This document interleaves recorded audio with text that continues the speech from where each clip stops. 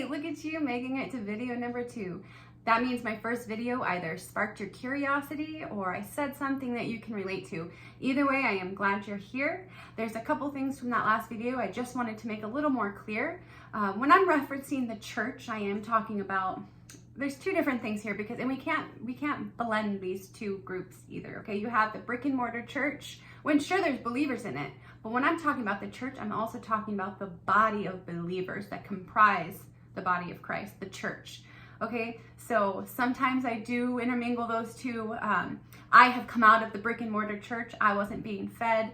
I wanted to feed people, but they didn't want me to do that either. So just remember, if you are a believer in Jesus Christ Yeshua, you are a part of the church, just like the bride is still a part of the church. The rib has not yet been removed, but I think it's a type and shadow of the true believers who want to worship in spirit and in truth are coming out of the building when they're realizing they're being suppressed.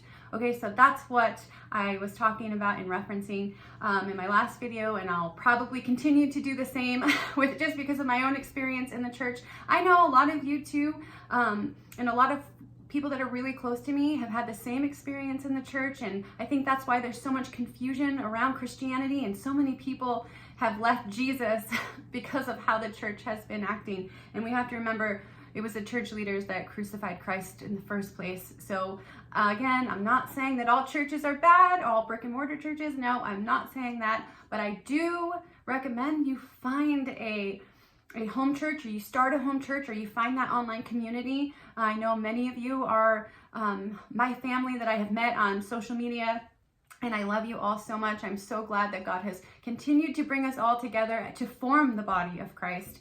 Okay, so I just want to talk about a couple passages that we are all familiar with. Specifically Mary and Martha, just to give you a better contrast of the things that I am trying to explain here. Okay, so it's Luke 10, verses 38 through 42. It says, "Now as they were traveling along, he entered a village, and a woman named Martha welcomed him into her home. And she had a sister called Mary, who was seated at the Lord's feet and was listening to his word. But Martha was distracted with all her preparations, and she came up to him and said, 'Lord, do you not care that my sister has left me to do the serving by myself? Then tell her to help me.' Verse 41, "But the Lord answered and said, 'Martha, Martha, you are worried and distracted by many things, but only one thing is necessary. For Mary has chosen the good part, which shall not be taken from her.'" So I wanted to go cover this a little more. That word part in this verse here, the good part, it means assignment. It also means destiny. It's huge when we break these words down because the depth of them is so amazing. This verse shows us that Martha was serving, and it appeared she was the only one serving. But Mary knew what was more important, and that was serving Jesus himself. And she didn't care who she was upsetting by doing this because she knew she was hearing the voice of the Lord. And that's even more important than anything else, no matter who doesn't like it. Mary was being given more knowledge and understanding of his word as she sat and listened to him, knowing nothing else mattered in that moment. She was choosing the better assignment. She was choosing a better destiny. Martha was too busy doing her church biz to sit at Jesus' feet and learn from him. And she was mad at Mary for doing just that. Who chose the better task? It's clear that Jesus wanted Martha to be doing the same thing Mary was. Everything Martha was doing will be taken from her. What will she be left with if she's not filling herself with the words of the Lord? The church wants to stay busy thinking they can earn their way into heaven or they can earn their rewards for being a good person. But Jesus told us none of us are good. Not even one. He wants us sitting at his feet to learn his word. Don't be too busy to sit at his feet and hear his voice and ask him questions because he's pouring out the answers right now in this time. That's the best good deed. That's something that's never going to be taken away from us. We know that this world is perishing, but what is going to stand? what is going to stay forever. That is the word of the Lord.